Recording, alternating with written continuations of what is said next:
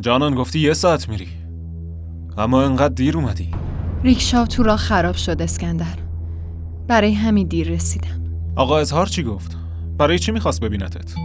متاسفانه نتونستم ببینمش. چی؟ اگه ندیدیش پس چرا انقدر طول کشید تا برگردی؟ بهت که گفتم ریکشا خراب شد. چرا اینقدر ازم سوال میپرسی اسکندر؟ جانان من نگرانتم. خب راستش این یارو که اسمش اساره به نظرم مشکوک میاد. منظور چیه که میگی مشکوکه؟ تو به من اعتماد نداری؟ بهت اعتماد دارم. پس قضیه چیه اسکندر؟ چرا اینجوری حرف میزنی؟ گوش کن، اساس هر رابطه ای اعتماده. اسکندر برادرم به هم اعتماد داشت و هیچ وقت به هم نگفت چه کاری رو انجام بدم یا چه کاری رو انجام ندم.